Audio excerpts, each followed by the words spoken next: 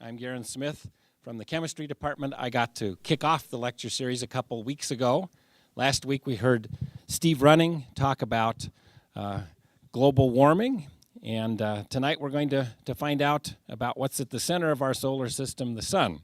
I will remind you to please turn off your cell phones if you have them in the on position right now, and at the end of the program I'll be walking around with the microphone picking up questions. Since we're recording these programs, we'd like to get the questions onto the recording as well as the answer. So if you'll help me out in those two regards, that would be greatly appreciated. So tonight's lecturer, as you can see from the screen behind me, is Dan Reisenfeld, who's an assistant professor in the Department of Physics and Astronomy. He was born and raised in Cincinnati, Ohio, which is a chemist I always associate with Procter & Gamble. I used to have my students recruited by them every summer for research positions, so whenever I think of Cincinnati, I think of Procter & Gamble. He did his undergraduate work in physics at Yale University, then moved to Harvard for his graduate work in astronomy. Following his PhD, he went to Los Alamos National Lab in New Mexico, where he was for 6 years working on various space missions, the Genesis program, Cassini, ACE, and Ulysses. The Genesis experiment, for example, captured a sample of the solar wind. These are particles that are spit out by the sun and move around through the solar system. So he wanted to actually see what the sun was made of by capturing some of those particles. He's working currently with the Cassini mission to Saturn, looking at Saturn and its moon Titan. I just worked with one of his students who's applied for a nationally competitive scholarship, and I think that working with him, she's got a great shot at that. There's a couple of other solar wind missions that he's working on. The ACE project, which is focused more near the Earth, and the Ulysses project, which is in orbit around the poles of the sun. Now, I tried to submit a proposal to do some solar research, and it got returned to me because it lacked scientific merit. I thought it would be great to land on the surface of the sun at night so that we wouldn't have all that blinding radiation to get in our ways, and they turned me down. So I don't know what was wrong with it. I thought it was well poised, but maybe Dan can straighten me out so that next time I won't be so rudely rejected. I did, looking at the title of his talk, say, oh, I know what my next proposal is going to be. I'm going to do some coronary health medicine work on the sun because I see that they're worried about the death of the sun now. So maybe that proposal will fly better. I was just being a little light there. Like the sun, right? So, of course, Dan is on the faculty here in our physics and astronomy department. He likes to build new toys. So he prototypes instruments for spacecraft to measure new and eye-opening things. He's designing some of the instrumentation for the upcoming IBEX mission. That stands for the Interplanetary Boundary Explorer. So what's out at the end of our solar system and the beginning of interstellar medium. So without any further jokes, I'm going to let Dan take over, and all the jokes are going to be in his hands. So sit back and enjoy tonight's talk.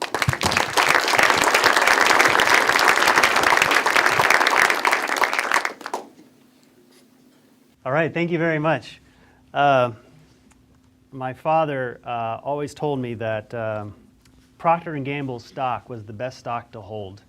He always says it goes up and splits and up and splits. So being from Cincinnati, I certainly can identify with your Procter & Gamble reference there. A lot of the friends I went to high school with and such, their parents worked at Procter & Gamble. But that's not what I'm here to talk about. I'm here to talk about something a bit more sublime. than soap. And I was asked to talk in this series of lectures because my expertise is in the area of the sun and the planets. And if we're talking about the sustainability of life on Earth and how science can make the Earth a better place to live, certainly life originates with the sun. That's where all of the energy that powers life comes from ultimately. And so it's good to understand where we come from and what we depend on. We depend on the sun, and so that's why I've been asked to talk to you. So we study the sun for a few reasons. First of all, the reason I study the sun is because I find it absolutely fascinating. It's this huge ball of gas, 100 times the diameter of the Earth. And it's very close by, and yet it seems so small up there in the sky. But nevertheless, it is the driver, as I said, of life on Earth. And, well, I mean, wouldn't you like to know what is behind what your life depends on? And wouldn't you like to know as much about that as possible? So that's why I study the sun. The reason why Congress likes to fund studying the sun is because solar output variations can affect our climate. And you, in fact, heard about some of that last week, that you know that the Earth is warming up. Well, it's a big controversy whether or not is the Earth warming up because of our greenhouse gas emissions, or is it warming up because the sun is getting hotter? Or is it both? And so to solve this problem and to break it down, we have to understand the role of the sun on the Earth's climate before we can understand the role of human activity and how it affects the Earth's climate. Because they are both working together, either together or against one another, to affect our climate. And finally, in a much more kind of a unique problem to our civilization, we rely more and more these days on satellites and on huge electric power grids and such. And these things can be influenced by solar magnetic storms. And I'll talk a little bit about those as well in this talk, about the magnetic activity and the storms that arise on the sun. Okay, but before we get to all the doom and gloom aspects of it, I want to tell you a story. I want to tell you a story about our sun. And as life, we know, all life begins in the nursery. And this is a picture of the sun's nursery. Now, this is not our sun's nursery. This is a picture of another nursery in space. This is the Orion Nebula, which is in the constellation Orion. And with a not too powerful telescope, you can actually see this through a telescope in your backyard quite easily. You may not see all the beautiful colors and everything, but this is a stellar nursery. These clouds of gas and you can see the stars in there and such.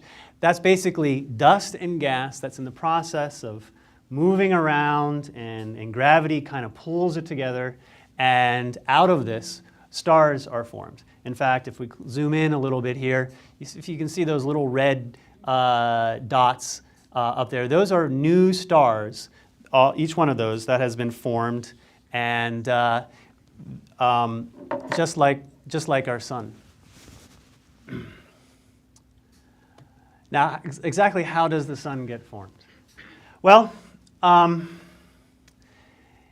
me go back a page. In such an environment, these clouds of gas can coalesce, and minor perturbations can cause a bunch of it to start to fall in on itself, and you get something called the solar nebula, or a solar nebula. And this is a slowly spinning disk of gas, and you can see at the center there, it's a little bit brighter because it's a little bit hotter there, because as the gas falls in towards the center, it warms up. And gravity is pulling this disk all together slowly. And over time, this disk can form a star. Now, these are photos from the Hubble Space Telescope of such disks actually observed in space. And so not until recently, artist impressions like this were our only idea of what a solar, a protoplanetary disk is what it's called in astronomy, but a solar nebula, as I'm calling it. This is basically an artist's impression.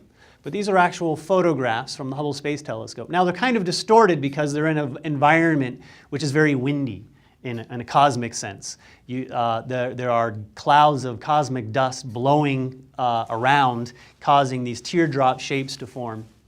But these are basically disks of gas around bright objects, which we have identified as the beginnings of stars and solar systems. I'll be referring to this figure a number of times throughout the talk. I like to call this a lifeline for the sun. On the bottom axis there, I'm plotting the temperature of the sun, and it's kind of funny. On the right side is cool, and on the left side is hot. This is kind of a backwards astronomy way of doing things, but this is the way I was taught to do it. And on the left, or on the vertical axis, is the brightness or luminosity of the sun. So this whole white line, starting with the blue and going through the white, is the entire life of the sun as measured by its temperature and its brightness as it evolves. So what I'm going to first talk about is that little segment in blue over there. That is the star, before it is a star, collapsing out of this disk of gas.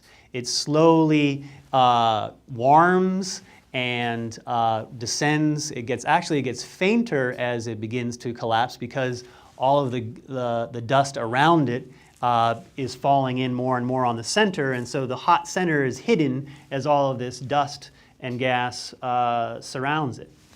And eventually, as it gets to the bottom there, something happens, and the star becomes a lot warmer. And what that thing is that happens is, first I wanted to talk about what's going on outside the disk. The sun is forming in the bright spot up in the center there, but in the embers around the edges, all these little rocks are forming. Electromagnetic forces are pulling little pieces of dust together to form little bits and chunks of matter. And they initially form just these little hunks of rock. We see them today. There's still some of them out there in space, and occasionally they fall to the ground, and they're called meteorites. But from these little rocks, the planets form. Enough of these rocks coalesce together, and finally gravity starts to pull them in, and you start to form planets. And this is supposed to represent the early Earth, and the sun is up there in the upper left corner. And they threw a nice comet or two in there for effect as well.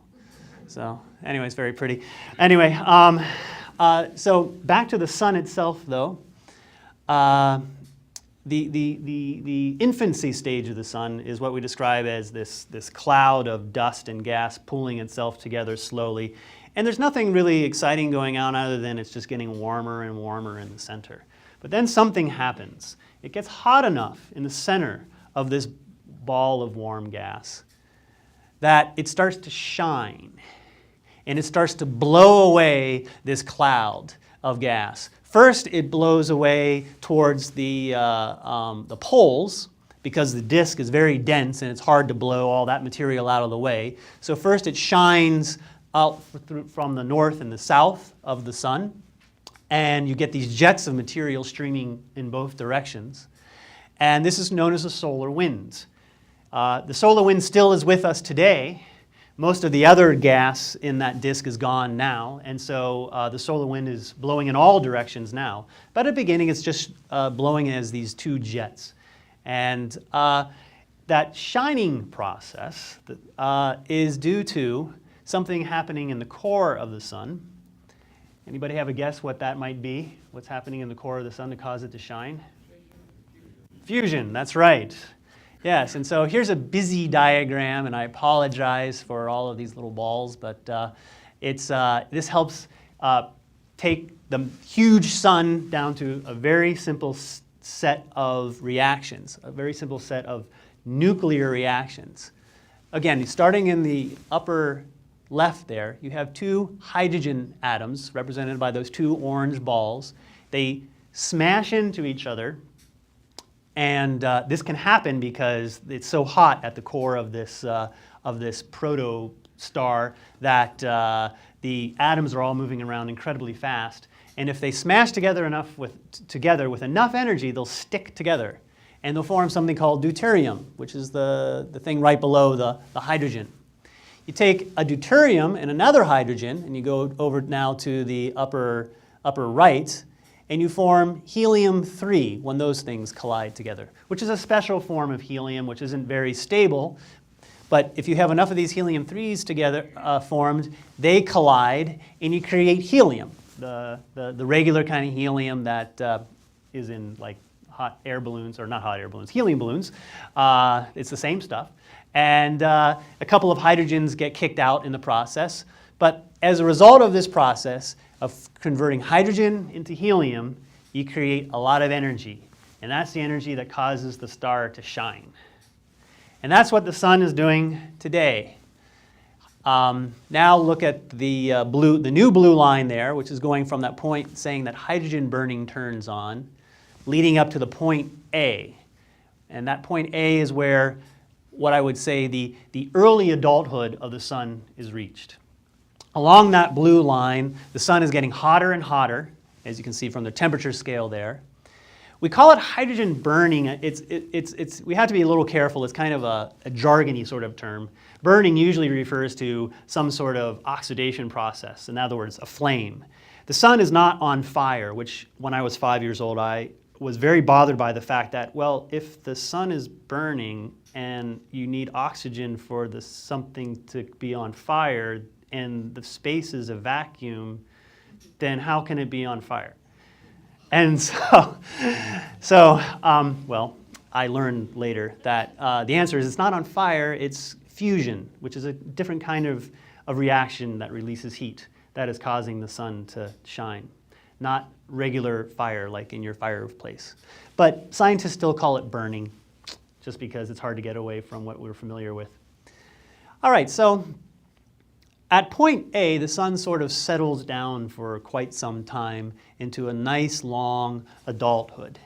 And I think I have, yeah. So now we'll sort of pause for a while and talk about the sun today before we get on with the rest of the sun's life, because we're sort of at the middle point in the sun's career. This is what the sun looks like. This is a photograph in visible light. This is, if you had very good sunglasses on, this is what the sun would look like through them, and if they magnified a bit. You see those little dark spots there, those are called sunspots, and I'll have a lot to say about them in a little bit. And I'm going to go through a few fun facts about the sun, things you may or may not have known. We know, for example, that there is enough hydrogen fuel inside the sun to burn as it is for about 10 billion years. That's to say, that's starting with the initial sun. We know from the dating of rocks that the solar system is about 5 billion years old. I think that's what the next bullet says. And so we therefore see that the sun is about halfway through its hydrogen burning phase. It's basically a common middle-aged star. And as far as stars go, it's pretty run-of-the-mill. If you look through a telescope, there are lots and lots of stars like the sun. Most of the stars in the galaxy are just like the sun. There are a few spectacular stars that are much larger than the sun, but they're much rarer. The sun is pretty typical. And here's a little comparison chart. There's our sun shining in the middle there, and it is surprisingly one solar mass. It kind of makes sense. It'd be strange if it was two solar masses, but it's one solar. And on to the the left there is representation of the smallest star that is capable of sustaining fusion in its core. And that's a star that's about 8% the mass of the sun. Jupiter is a very large planet, and it is not 8% the mass of the sun, but it's about 1% the mass of the sun. And it's not close to 8%, but it's close enough that you would think if Jupiter were just a bit larger, that perhaps in a different situation, Jupiter would have become another sun in our solar system. And in fact, there are many, if you look through a telescope, you'll find that there are many binary star systems where you have two stars in orbit around each other. It's possible to actually form two stars in the same system. And Jupiter is kind of an almost could have been sort of star. So those stars are called red dwarfs. They're not as nearly as bright or hot as our sun. On the other side of the scale, you see what's called the blue supergiant, which is 150 solar masses. I mean, that's a typical mass for one. They can be, there's a range of masses that they can have. But 150 solar masses is a typical size for a blue-white supergiant. The star Sirius, which is the brightest star in the night sky, and it's visible this time of year, is one of these blue-white supergiants. When stars get very old, strange things start to happen to them, and I'll get to that at the end of the story. But one of the things that happens is they grow very large in size. Not necessarily getting heavier, but they just get less dense and much bigger. And those are called red giants. And as you can see by comparison here, the sun is very tiny compared to a red giant. There's a star in the constellation Orion called Betelgeuse. Betelgeuse means left shoulder in Greek, or maybe not Greek, it's probably Arabic. In Arabic, and it is the left shoulder in the constellation Orion. And it's kind of it sort of has a yellowish tinge to it compared to the typical bluish tinge that most stars have, and it's a red supergiant. Okay, so that tells you that our sun is kind of a run-of-the-mill star, but compared to the Earth, the sun is huge. This is a picture depicting 100 little Earths lined up across the sun.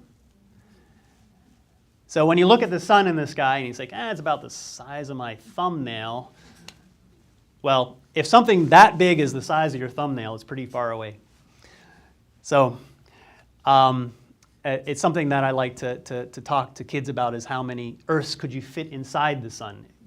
100 Earths fit across the sun, but that to the third power is how many Earths could fit inside the sun, the cube of that, or about 1 million Earths could fit inside the sun. So if the sun was a big,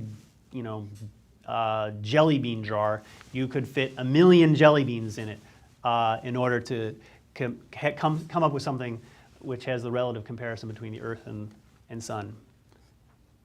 All right, some more facts about the sun. The sun, as I've said, is the largest object in our solar system, containing 99.8% of the total mass of the solar system. Jupiter contains most of the rest. It is composed of 75% hydrogen and 24.9% helium, and that is primordial helium. That's helium that came with it when it was manufactured. It's not the helium that's the result of burning in the inside. The remaining 0.1% contains all of the other elements in the periodic table, from boron to cobalt to lead to uranium, beryllium, zinc, gold, copper, iron. Not iron. Iron's not a. Yeah, iron is it's an element. Steel. It doesn't have any steel in it. In fact, that is one of the missions that I was working on. The Genesis mission was trying to understand what the composition of the sun is, down to how much molybdenum is there in the sun after all. That's kind of hard to tell other than going out there and checking it out yourself.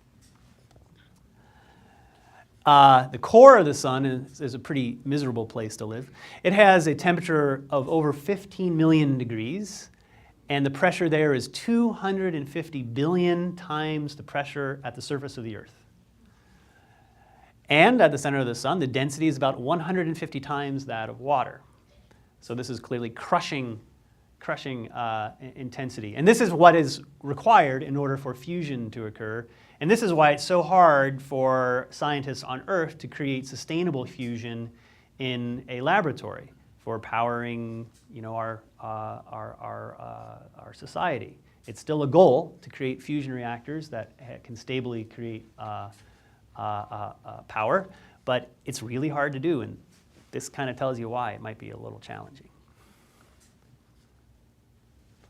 Okay, so we are here at point B. The sun, as it slowly ages in this kind of long middle age period, doesn't travel very far on our lifeline. It spends 5 billion years going from point A to point B, and that's where we are today.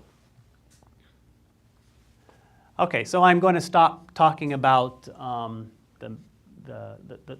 evolution of the sun for a while, and I'm just going to talk about what the sun's doing today. Because we've learned a lot of interesting things about the sun in the last 30 years, 40 years, since the beginning of the space program, and you'll see why in a minute. This is what the sun looks like from the Earth's surface, and we see these, what I called sunspots before. Sunspots were first discovered. Does anybody know who the first person who saw a sunspot was? Galileo, that's right, yes. Galileo, the inventor of the telescope. One of the first things he did was burn his eyes by taking his telescope and pointing it at the sun. And one of the things he discovered was hey, the sun isn't this perfect orb of pure crystalline perfection that Aristotle claimed that it was. But in fact, it has blemishes on it. It has zits. And it was one of the first things that caused Galileo to get in trouble with the church, because effectively he was going around saying things like, the sun has zits.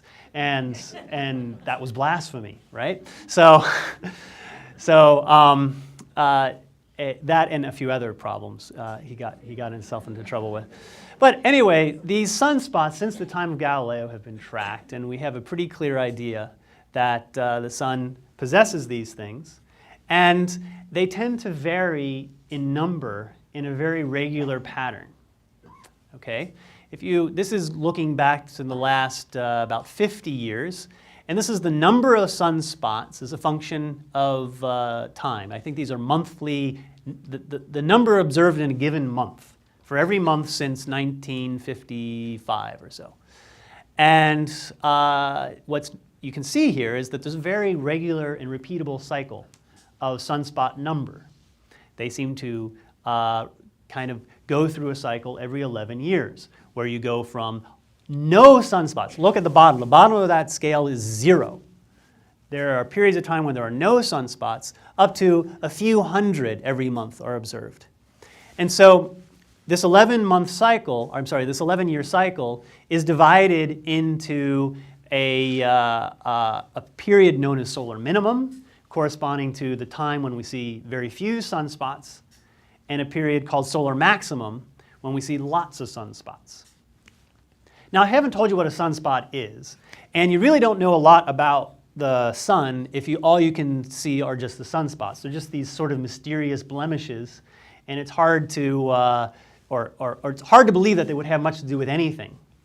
Well, it turns out that sunspots are actually very interesting things, and they are the source of an incredible amount of energy, of magnetic energy coming out of the sun. So by now you're familiar with looking at the sun like this. Perhaps before you came here you thought that the sun was a perfect yellow orb. Now, okay, you have these little blemishes on it, but it's still pretty much, this nice globe-like structure. Would you believe that this is also a picture of the sun? Now, what's different about this picture than the last picture? First of all, how do you think you could possibly create a picture of the sun like that? What could be done in order for someone to create a photograph like that? Filters. That's right, yes. But not only filters, but in this case, this particular picture was taken at an entirely different part of the electromagnetic spectrum.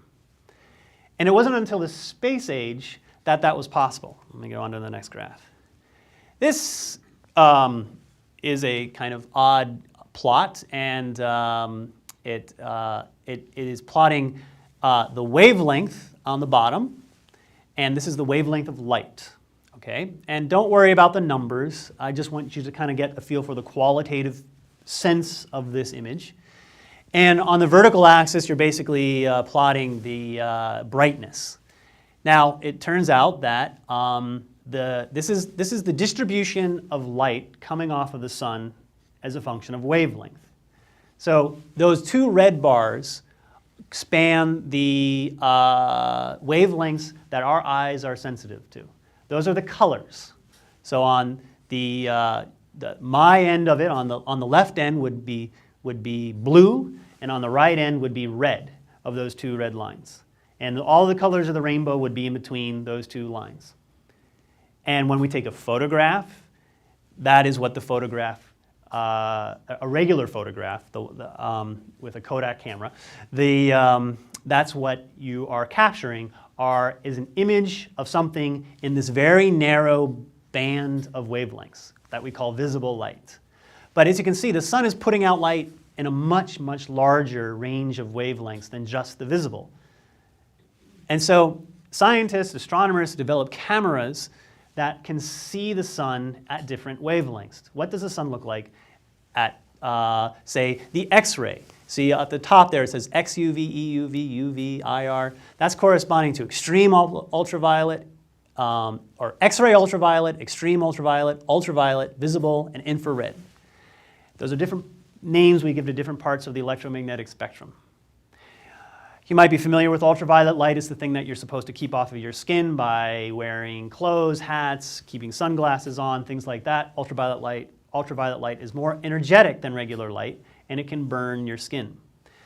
Extreme ultraviolet light is even worse. Now, most of those wavelengths there don't make it down to the Earth, thanks to the ozone layer. They protect us from the ultraviolet and the X-ray light from the sun. Water vapor in the Earth's atmosphere blocks out much of the infrared light, and that doesn't get down to the Earth's surface. So if you want to see what the sun looks like at these different wavelengths, you have to go into space. And that's why it wasn't until the beginning of the space program, in particular the Apollo mission, and that was a picture taken by the astronomers during the Skylab period of time, that we saw the sun in a very new way. Okay, so here's a tour of the sun through the electromagnetic spectrum. If you had a camera that was sensitive to radio waves, this is what the sun would look like. If you have a hard time putting your mind around the idea of how can you take a picture of radio waves, maybe think about it like this. Imagine all of those red points were radio stations, and you had an antenna that could localize where the transmission was coming from. And the redder it is, the stronger the radio emission, and the bluer it is, the weaker the radio emission. But your antenna had a very high degree of sensitivity, so you could actually build up a little map of where all the different radio stations were. Well, that's what this picture is telling you. It turns out that those little spots are sunspots. So the sunspots apparently are large sources of radio emission. And that's one of the things that solar physicists take into account when they're trying to understand the sun. Here's what the sun looks like in the infrared. Looks pretty much like a grainy version of what it looks like in the visible. That graininess is real, though. It's not just a poor photograph. Those are called granules, and the sun is made up of lots of little cells across its surface, kind of like boiling water, cells of bubbling water coming up to the surface and bursting. And each one of those little spots is one of those granules. There's the visible. Again, I thought since we're going from long wavelength to short wavelength, we should pass through the visible again just to ground ourselves. Now we're going to the other side of the visible, into the ultraviolet. This is an ultraviolet image of the sun from space. The color is false. It doesn't, ultraviolet light's not green. Green is green. Ultraviolet light's ultraviolet. Okay? But we have to somehow convert it into something we can see, so we translate it from ultraviolet into some other color that we can see. In this case, they converted it into green. Those where the white spots are, they look like, it looks like magnetic waves coming up. Is that what that is? That's what that is, yeah. That's exactly what it is. Sunspots are regions of intense magnetic fields emanating from beneath the surface of the sun. And sunspots often come in pairs, and you can see in these images that there seem to be little arches going across those bright regions. And those arches are going from one sunspot to another sunspot. Okay. And then in the X-ray, this is an X-ray image of the sun, showing all of the bright regions that are emitting X-rays above sunspots. So these kind of blemishes on the sun are actually absolutely fascinating places, and the source of most of the activity on the sun's surface. Okay, so this is a close-up of a sunspot. Okay, and the reason sunspots are dark is not because they're not giving off light. They're just regions which are slightly cooler than the region next to it. And so because it's cooler, it's a little dimmer. If we, but everything around it is so bright, it's like when you take a picture of like your spouse or something, and the sun is behind them, and the spouse appears to be dark when you take the picture, and you know when you took the picture that she wasn't dark. She was perfectly, well, you could see her just fine because your eye adjusts its intensity so that it to the image of the person you're seeing. But a camera isn't very good at that. It has to take into account the brightness behind the image as well as the image itself, and unless you do things like use a flash and stuff like that, you get these bad pictures. Well, so think of that as what's going on here. The sunspot's actually giving off light. It's just not giving off as much light as the surface around it. And so it's a little cooler, and that's one of the, in fact, hints that it's a source of magnetic fields. Well, again, until the space age, sunspots were the only visible manifestation of solar activity. And as I showed you in some of these previous images, these are whole sun pictures of that activity. Recently, a satellite was launched called TRACE, which was able to zoom in on those active regions there and give us some spectacular images of the sun. So again, at the foot points of this arcade this archway here are sunspots. One sunspot on one side and another sunspot on the other side. And arcing between those two sunspots is a magnetic field. And tied to that magnetic field is a lot of hot gas. And that gas is glowing, and that's what you're seeing. In this case, this is a picture of the sun in the extreme ultraviolet part of the electromagnetic spectrum.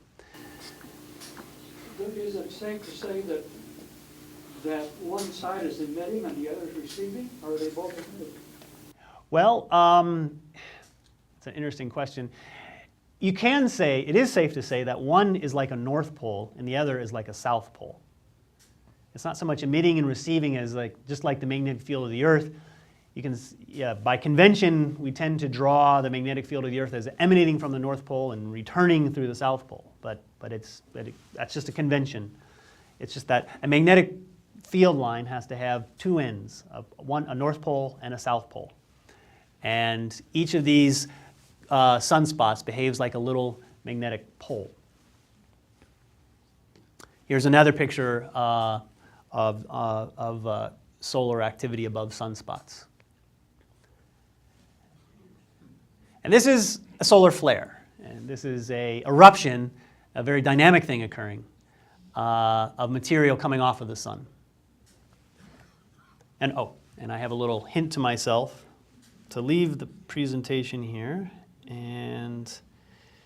But before I go on, I wanted to say that, so there's this sunspot cycle that I was talking about, and I showed that figure that showed the number of sunspots ebbing and flowing every 11 years. Well, of course, since the sunspots are ebbing and flowing, all of this other activity on the sun is going to be ebbing and flowing as well. We launched about 10 years ago a spacecraft called SOHO, which stands for Solar Heliospheric Observatory. And it has been continuously monitoring the sun from space for 10 years. And so we've basically been able to chart out an entire solar cycle. We have it entirely documented from space. So that's what I'm going to go to here. Whoops, that's the wrong way to state. So we escape. How is that, the length of the flare measured? Is that in light years or what is it? Oh, it's not quite that large. It's still measured in kilometers or miles. But it would be in the order of hundreds of thousands of miles is the size of that. I have an image a little bit later that will show you that in comparison to the sun. Oh, this is interesting. Here we go. All right, now we'll play it. There we are. Okay, so back to what I was talking about. This is the sun. Brief movies of the sun, take one from every year between 1996 and 2005. And as you see, the level of activity on the sun is increasing dramatically as we approach the last solar maximum, which occurred in 2001. this year, right here. So the greatest number of sunspots and correspondingly the greatest amount of solar activity was during the year 2001 and very active on the years on either side of it. And you can actually see some flares going off on the side there. And now it's starting to die off. Here's 2005, the last complete year. I'll play that again, especially considering the audio-visual difficulties. You've earned the right to see it at least more than once. Okay, so here it's increasing again through the late 90s. Solar activity is going up and up. The number of sunspots, the intensity and size of the spots. You can see the smackling and crackling as the flaring on the sun occurs. And then it starts to, although still intense, it starts to fade in the new millennium. So right now, that means that we are near solar minimum. In fact, I looked at there's a website that you can go to that has a picture of the sun. And you can see whether or not there are any sunspots on the sun or not. And it's basically a little webcam that's just looking at the sun. But the site catalogs sunspot numbers and things like that. And right now, there aren't any sunspots on the sun because we're near solar minimum. Okay, so back to the show. All right. Okay, so, the solar variability is an interesting scientific phenomenon. Now, does it really have anything to do with us? And the answer is, we think so. Okay, I did that. All right. I'd like to talk about something called the Little Ice Age. In the around 1600, Europe, well, the Earth, but most notably Europe, because that's where most of the record keeping was done at the time, Europe got very cold. There were famines, the glaciers increased. I guess I can go on to the next thing here. And it corresponded with a period of time when there weren't any sunspots on the sun. It seems like the sunspots disappeared completely. Back here at the beginning, around 1600, or a few years into 1600, that's Galileo back there at the very beginning there, cataloging the number of sunspots on the sun. So he saw sunspots, and he drew pictures, and we know that he saw sunspots and everything like that. And then they just disappeared, which might have been one of the reasons why Galileo, nobody believed him, because they, what are you talking about? There aren't any sunspots on the sun. And then they reappeared, and as you can see, they reappeared in great force and great consistency in the 1700s. And there was a little weakness in the 1800s, in the early around 1800. But the sunspot number actually seems to have been going up and up, if anything, since then. So there seems to be a trend that there's been an increase in solar activity over the course of the last couple centuries. But anyway, what I'm talking about right now is that minimum there, that period where it seemed like the sunspots just totally went away. We don't understand why that happens. We don't understand the sun well enough to understand how the sunspot cycle could possibly stop like that, or if it stopped, how it could restart itself. But it did do this, and this isn't just one source of data that shows this. This was seen elsewhere in the world as well at that time. And people now believe that this was correlated with this little ice age. And yeah, okay, yes, disappearance of sunspots, very good.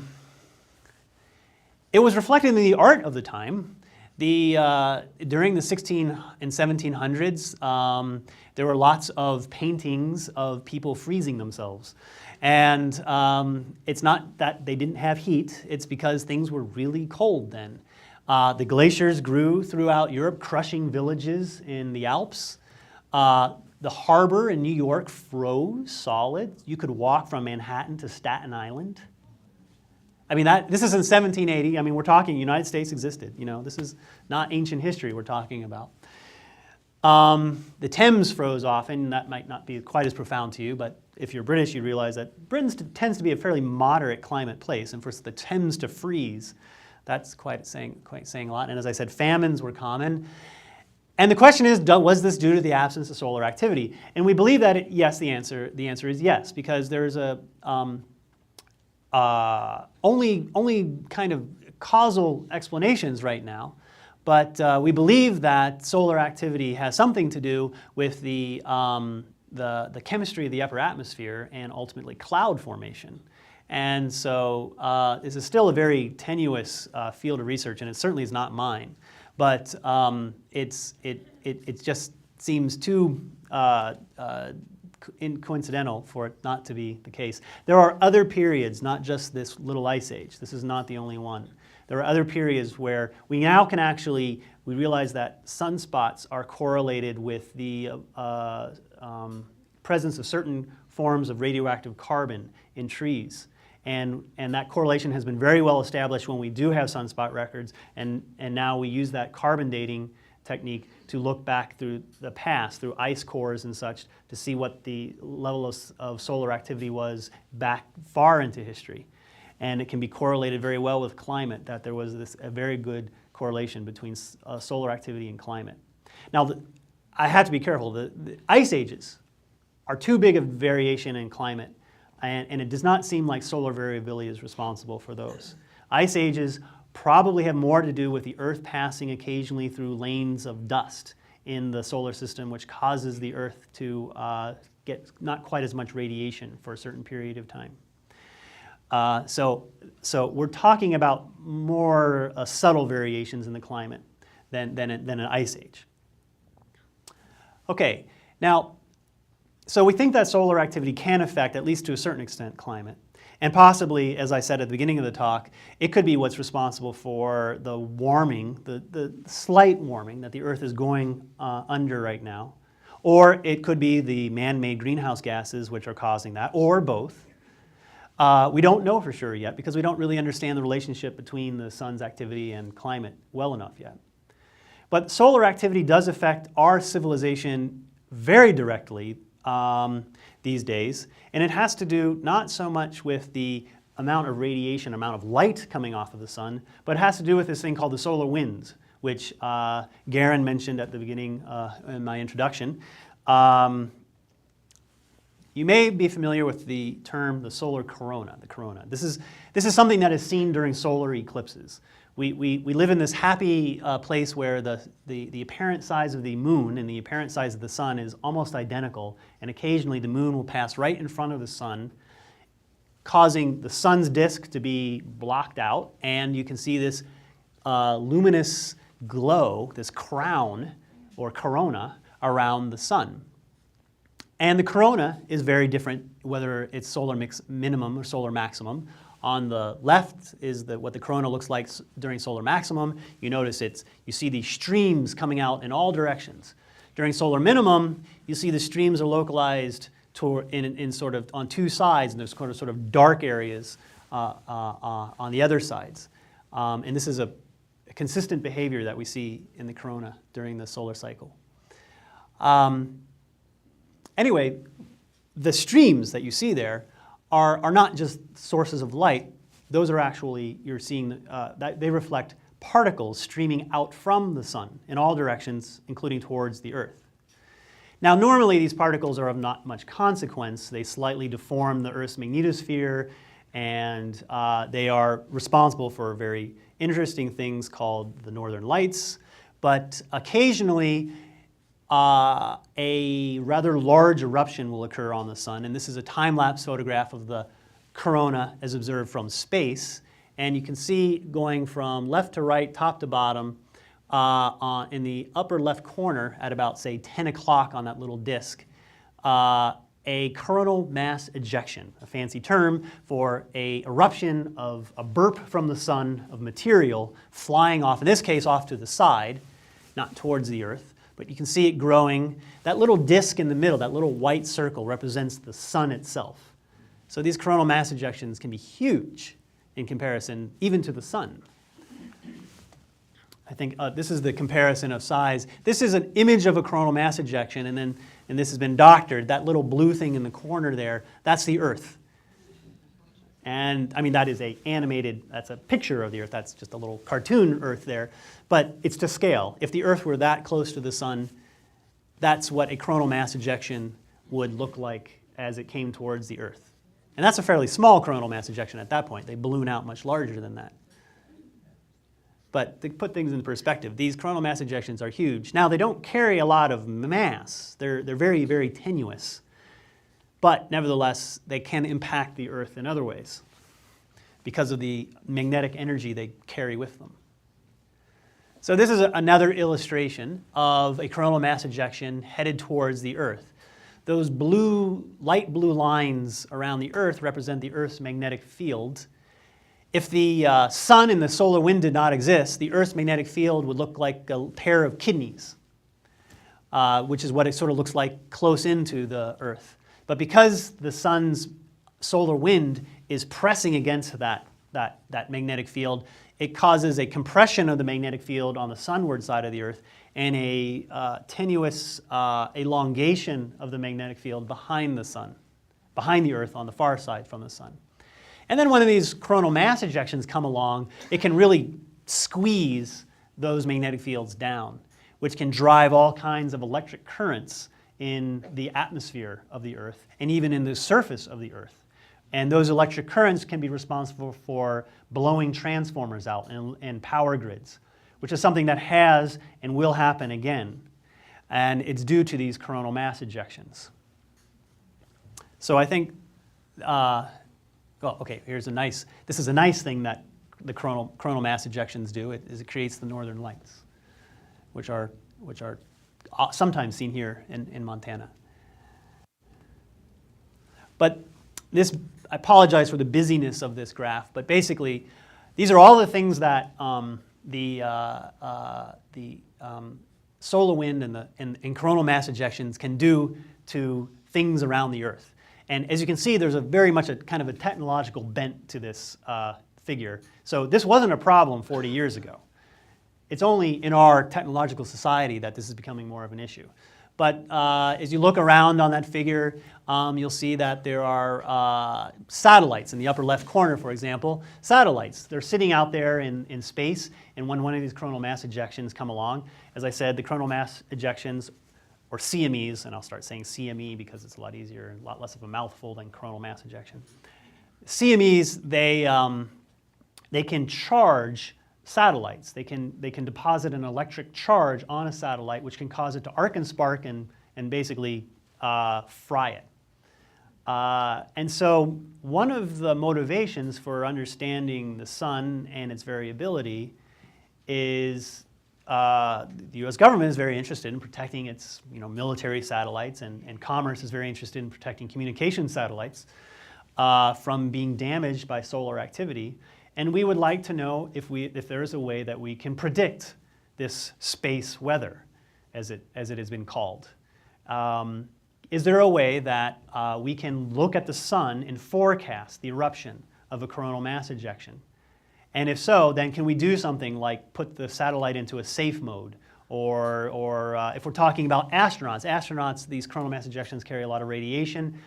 An astronaut on his way to Mars is not in any way protected by the Earth's magnetosphere and would be vulnerable to radiation from the sun, from one of these events. And that astronaut, she would have to go hide somewhere in the spacecraft behind some big thick pieces of lead or something like that in order to protect herself. And so for these reasons, we are interested in the forecasting, the very short term, days, hours kinds of forecasting of activity on the sun. So here I have done it. I've gotten from 10 billion years down to an hour as the timescales of interest to solar physicists. And so with that, I will go back to the story of the sun and the life of the sun as an object. Okay, so I'll take a breath here. I've said a lot in the last few minutes. I think I'll even take a drink of water.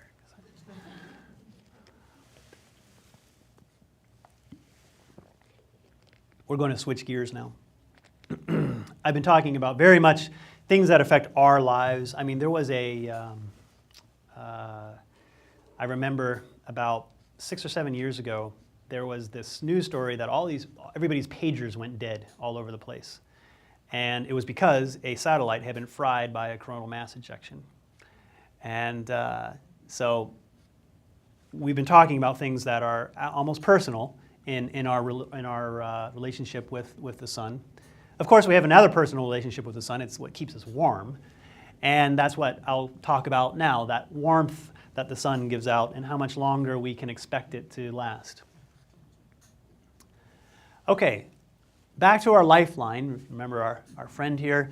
We've come down from the right to hydrogen burning down to that point A where the sun sort of settled into adulthood. We are at point B right now. Well, the next 5 billion years are going to be spent between points B and C. As far as the sun is concerned, not much changes. It's going to continue to burn hydrogen into helium in its core. But as you notice, that line does go upward. Now, you don't know from this particular figure, but this is a logarithmic scale. And it turns out that from between points B and point C, the luminosity, the brightness of the sun is going to double. Okay, so think about that, what that means. The sun's bright enough as it is. You don't need to double the brightness of the sun before it's going to become pretty uncomfortable here on Earth. In fact, even though it's going to double in 5 billion years, it's going to increase enough in brightness in about 1 billion years that life on Earth is no longer going to be possible. So here we go. Over the next 5 billion years, the sun will double its luminosity, which means energy output. In fact, in 1 billion years, the Earth will become so hot it will become uninhabitable. Well, okay, so 5 billion years, I mean, what's the difference? To be honest, there is really, as far as we're concerned, I mean, there's a lot that can happen in the next billion years to worry about before we have to worry about the sun. But it is true, though, that when I started graduate school, I was told that the sun had 1 billion years to live, and it just kind of bothered me that it went from 1 billion to 5 billion years to 1 billion years. Like, well, what next? And it'll only be 100 million years. And then they're going to find out something that's going to be 10 million years, and then it starts to get a little, Well, anyway, we have about 1 billion years to find somewhere else to live. So don't sell your house yet, but you might want to let your grandkids, well, maybe they don't need to know either. Your grand to the 7th power, maybe 100 million generations from now, you might have to worry about whether or not your house is going to sell. Okay, so the Earth is gone at that point. Or the Earth isn't gone. The Earth is going to be there just fine. The oceans may boil, but the Earth is still going to be there. And the sun is still going to be there. It's still going to be there for 5 billion years. But then finally, that hydrogen in the core is all going to have converted itself into helium. And then what? Well, then for at least a little time, the sun is going to run out of an energy source to keep itself going.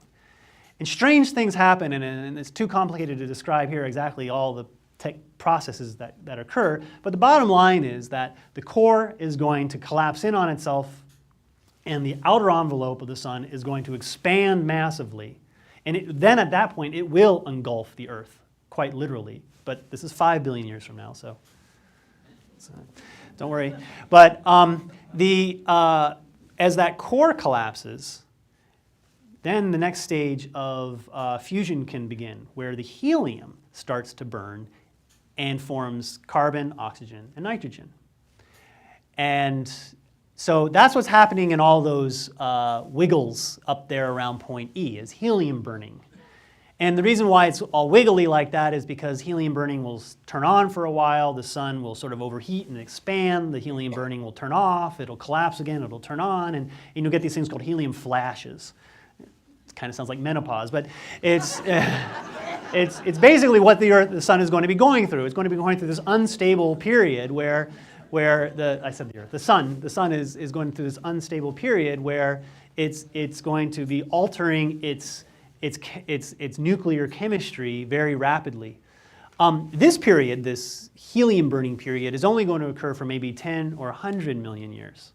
So much shorter than the 10 billion years of hydrogen burning.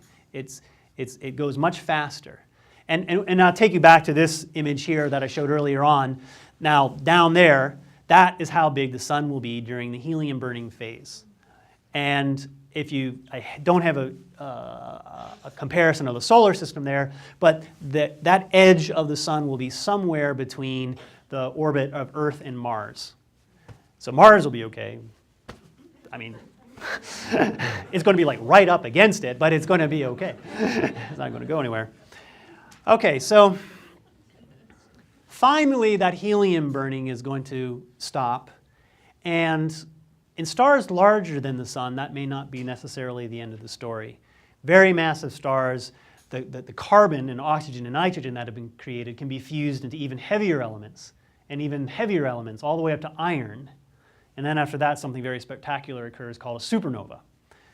Well, that's nice. That's not what's going to happen to the sun. We're not going to go out in a blaze of glory like that.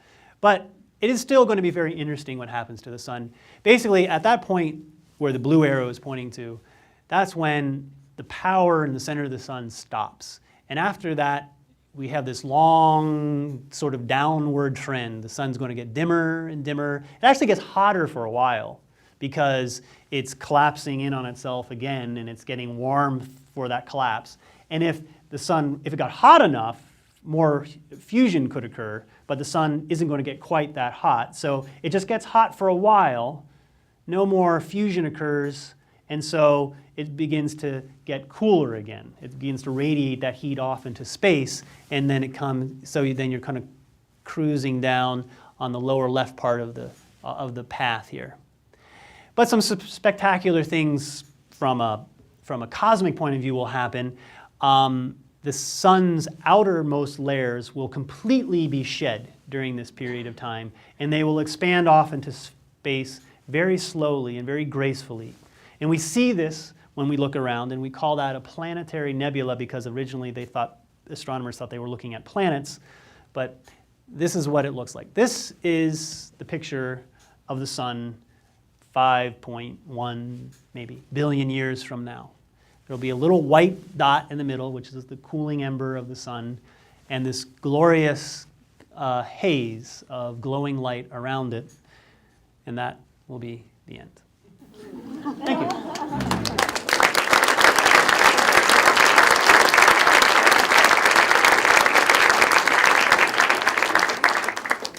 So I think now is when the questions, and I'm happy to entertain questions for as long as you have them.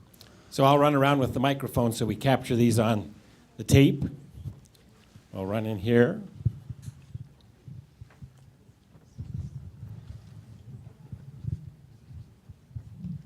You talked about the fact that the Earth is composed of small rocks or large rocks or whatever, but how do you explain the fact that the Earth is molten and very hot in the middle?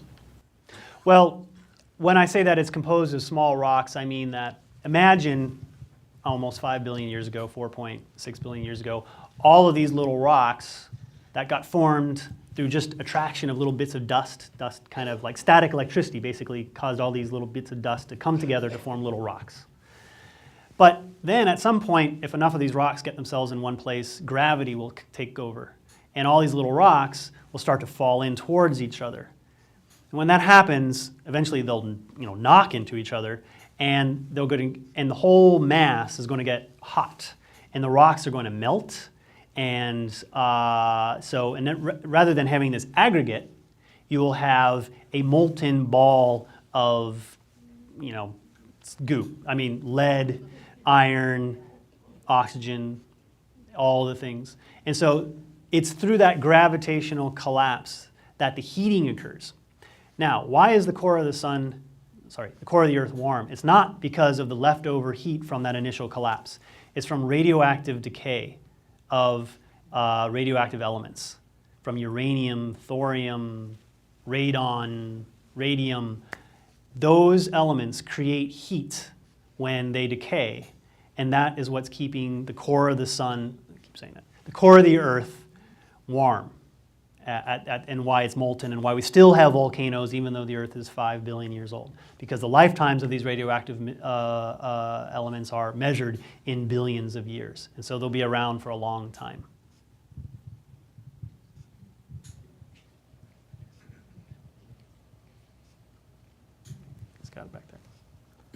Yeah, I was wondering when you were showing the movie of the sun spinning and the solar flares. Right.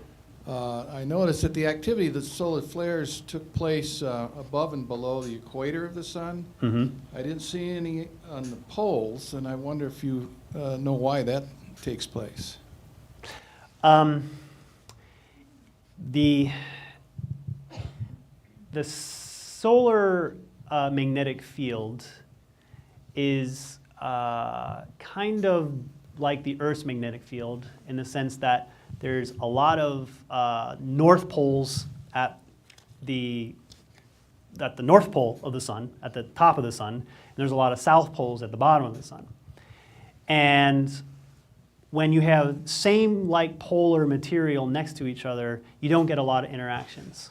But near the equator, you get a kind of an aggregate of North Pole sunspots and South Pole sunspots, and these can interact with each other much more actively because you get this reconnection. This is a fancy term in solar physics for when a magnetic field that was originally connected between one place and another place reconnects over to another place. If you get a North Pole and a South Pole very close to each other, they'll like bridge over to each other. And that kind of activity is going to be happening not at the poles, where it's more uniform in polarity than near the equator. Yeah. Way in the back here. Get He's my picking them, I'm exercise. just answering them.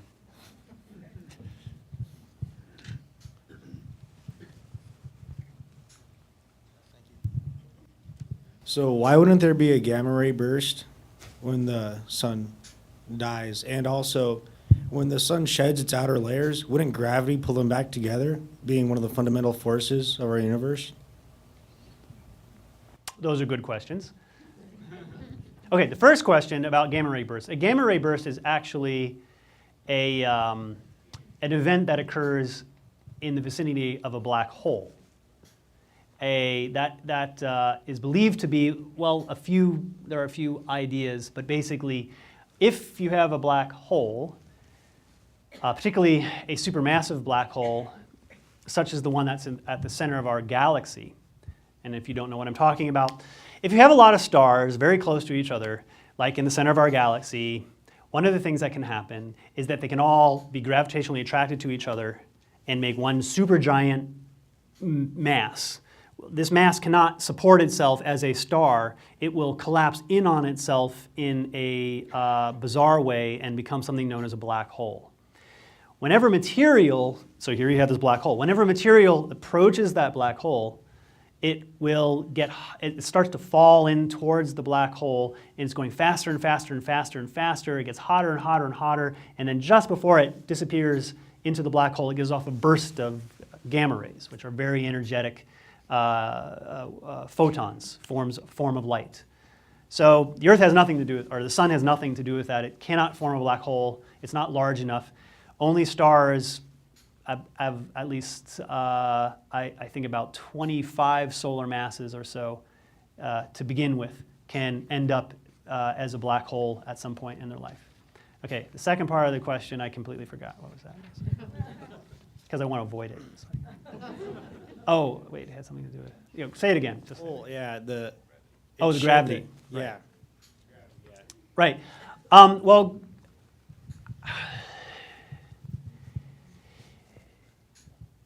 gravity isn't the end-all of everything. We certainly have been able to beat gravity. We have sent astronauts into space. We've sent them to the moon. We've sent spacecraft from the Earth to the distant reaches of the solar system. If you have enough energy, if you give it enough of an initial kick, you can escape from any object's gravitational well. There's a certain amount of minimum energy required to do that. If you have that much energy or more, you will continue to go forever. You will slow down up to a certain point, and then you'll slow down no more, and you'll continue.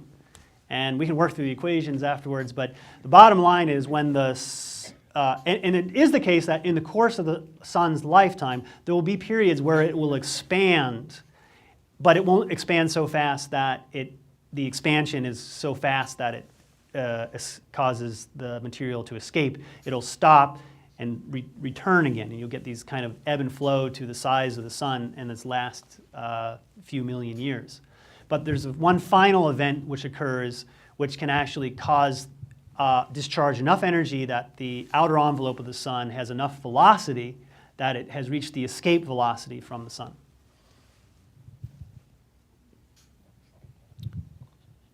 This gentleman down here has like that. What's the period of rotation of the sun, and what causes it to spin? Well, there's never a simple answer in solar astronomy. The period of rotation depends. The equator of the sun is actually rotating faster than the poles of the sun. It's called differential rotation. It's a fluid, so it's not like a solid body like the Earth, which is like a rock, which can all rotate in lockstep. So the answer is the equator of the sun rotates at about 25 days for one rotation, and the poles around 28 days. So the equator is continually overtaking the outer sides of the sun. The initial rotation, where does it come from? Well, it's just an accident, but it's a very common accident throughout the universe. And it's the same reason why galaxies rotate and why planets orbit the sun and everything. Imagine you have, okay, first I have to tell you about the principle of the conservation of angular momentum. All right, now don't worry, it's not a big deal, but you probably are familiar with this. If you see this happening in the Olympics all the time. If I have my arms out and I'm spinning on ice, okay, figure skaters do this. They pull their arms in, and what happens? They spin faster, right? So now take that to the extreme. Imagine you have this huge ball of gas, this solar nebula that's like, much larger, than even that. And give it ever so slightly, just a little bit of rotation. Just, hardly measurable, okay? But it's huge. So now it starts to collapse in on itself, and it's going to start to rotate faster and faster, like that figure skater. Okay? So you don't need to give it hardly anything, because it initially started out being so big. But when you take something that's many times the size of our solar system and concentrate it down to the size of the sun, you have something that's rotating rather rapidly, like the sun is. If you take the sun and compress it even further, which will happen here, there is that little dot in the middle there is something called a white dwarf, and a white dwarf is the end state size of the sun, which will be about the size of a large Mount Everest. Okay, it still has that angular momentum, and it's going to be spinning even faster when it gets down to the size of Mount Everest. So, I hope that answers your question. We got a question up front here. I was wondering if in mathematically it could happen according to mathematics. Is anybody doing research related to that? You can change the number in the equation mathematically, but you cannot change the nature of matter. At least no one's doing research in that area that I know of, and I'm pretty confident on this one.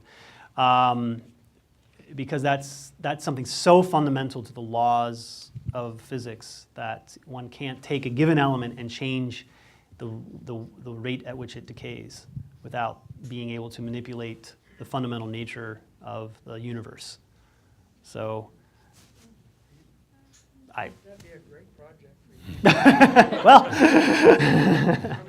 I'll think about it. Okay. Well. Radioactive decay doesn't slow down if you put it in liquid nitrogen or you put it in the hottest oven we have. Those rates seem to be immutable.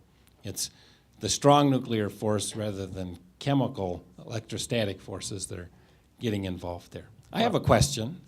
So graham crackers used to be bundled in packages of 11, and lifesavers used to be packaged in bundles of 11. Why are sunspots packaged in bundles of 11 years? Is there any explanation to why there's the 11-year period? I didn't know that about the graham cracker. Maybe we should research that and see. 11 years. Well, the reason there's a cycle at all, and why it's 11 years, I don't think really anybody knows why it happens to be 11 years. But the sun is continually creating and destroying its magnetic field. And what happens is during this period of solar minimum, this differential rotation that this gentleman was prompting me to talk about causes a magnetic dynamo to occur inside the sun, which is continually increasing the strength of the sun's magnetic field. So it's maybe quiet, but it's not asleep. It is building up magnetic energy inside, beneath the surface. Sunspots represent the eruption of this magnetic energy above the surface of the sun. So once the intensity of the magnetic field beneath the surface of the sun gets to a certain point, it can't be contained within the sun anymore, and it begins to erupt as these sunspots.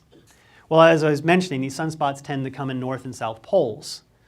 Well, if you take a north pole and a south pole and you bring them together, they kind of neutralize each other.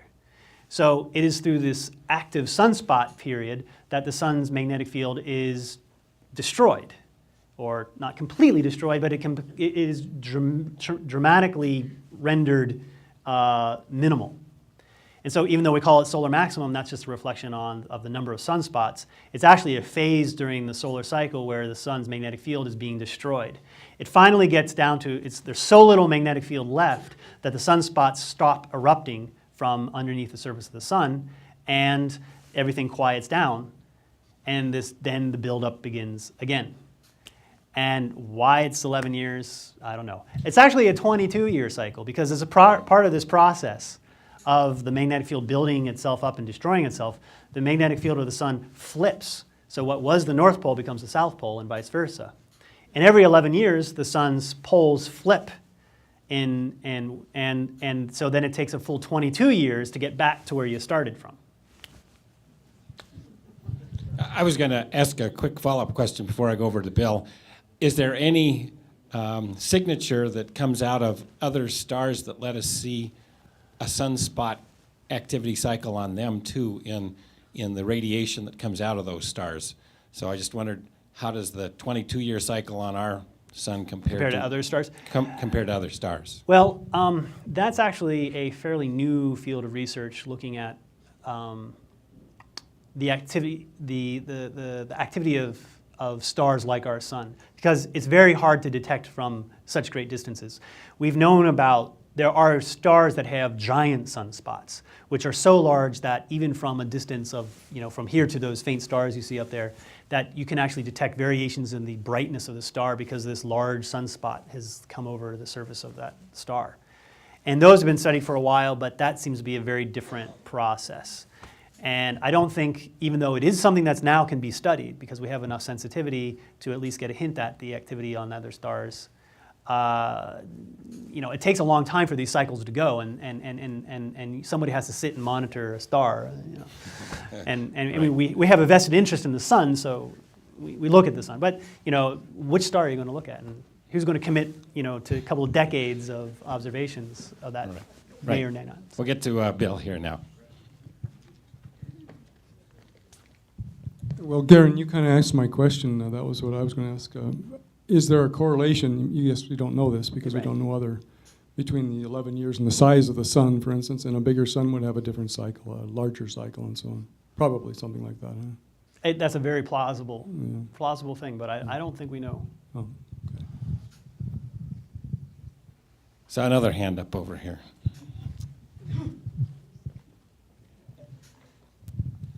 Is this occurrence with the solar maximum, is it similar to what happens in an electrical storm where discharges take place? Is there anything related? You mean like a lightning storm? Yep.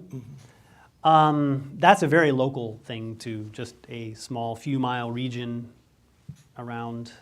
Or you could have a storm front. But well, what I was thinking is they say that our storms, hurricanes, all those kinds of things, and weather-related things are increasing in extremities, getting more extreme. Yeah. Might the increase in those it looked like your graph was each time you reached another solar maximum, it was kind of moving to more solar maximums. Or stronger solar that's what I maximums. meant. Right. Is there any correlation you think there? Well, yes. I mean, I don't think there's a one-to-one correlation between Earth's local weather and sunspots. But the magnetic activity of the sun, we do think, is affecting the global climate of the Earth. And we think that it's not so much that within a given cycle we necessarily see an increase. There's not a strong correlation between an 11-year cycle and the weather on Earth. And people have, believe me, people have tried to figure this out. And you can find, if you look hard enough, you can find 11-year cycles on the Earth. I mean, it's not that, odd a number, but actually it is an odd number. But anyway, it's not something that has ever been, even though they've tried, it always is out of phase, or it doesn't quite work, or stuff like that. So cycle to cycle, it doesn't seem to be much of a correlation with the Earth's weather. However, the trend, we do believe that there is a relationship between the fact that the general activity of the sun is increasing and the Earth is warming up. But I should say that I am a believer in greenhouse warming, the greenhouse effect, and that I do not think that the sun alone is explaining what we're experiencing in terms of climate change. Going to go way back to the corner here. This is an extreme question from one of the series organizers.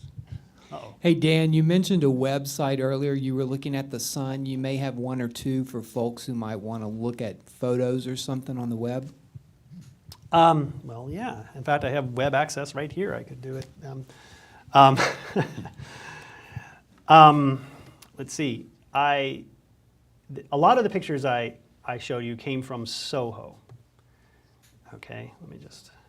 SOHO is the Solar Heliospheric Observatory, and oddly enough, I have a lot of these things bookmarked, and I've been looking at these links today. Well, it said it had a connection. We'll see if it works or not. Well, if this doesn't work, it doesn't work. Off the top of my head,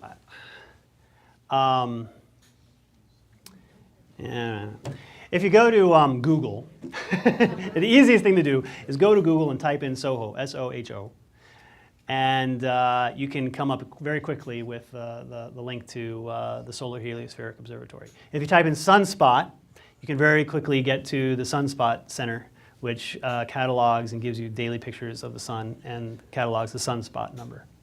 It's really not hard to find.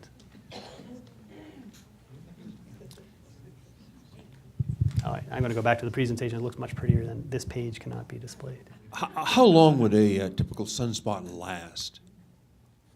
There. A typical, I'm sorry, where am I? Who asked the question? Right over there. Hello.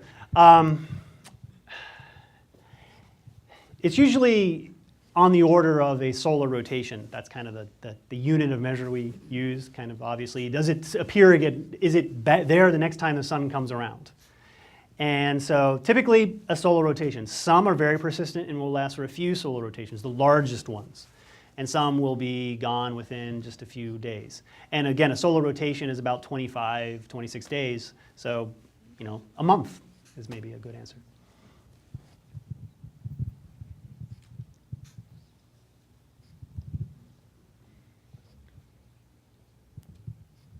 You talked about the mini ice ages. Is there any consistency to when they occur? Can you predict some coming in the future? Any way to measure that? It's not my field of expertise, but from the research that I did just in order to put this talk together, actually, it seems not. I mean, it seems that they do seem to historically be correlated with solar activity. There are other reasons for variations, sort of these little variations in climate. One of the big things is volcanic activity on the Earth. You get to put a lot of dust up into the atmosphere if you have a large volcanic eruption. You can severely alter the Earth's climate for a few decades as a result of that. But I got the impression it was because of this lack of solar activity that probably was caused. Right. And so I guess then begs the next question, that is, why was there a lack of solar activity That's an excellent question. during that That's period of what time? pays my Finally, salary. thank God. Yeah, I don't, I mean, I can confidently say we have no idea. Remember, we can predict things with science. We can't explain them always. So. Any other questions? This is, oh, looks like we have one more over here. There's one down here too. The telescope down in Kitt Peak that is made specifically for taking pictures of the sun, do they do anything, or do they have to be in outer space to take all these pictures now? Well, that's a great question, actually. The question was, I will tell you what the question was.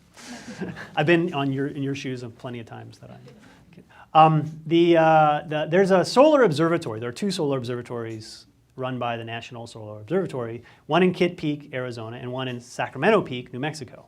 And they are ground-based observatories that monitor the sun. And her question was, do these observatories still function? Or, because I've been talking about how these, you had to go to space to see all this cool stuff. What about the ground-based solar observatories? Do they still have any value? And the answer is yes.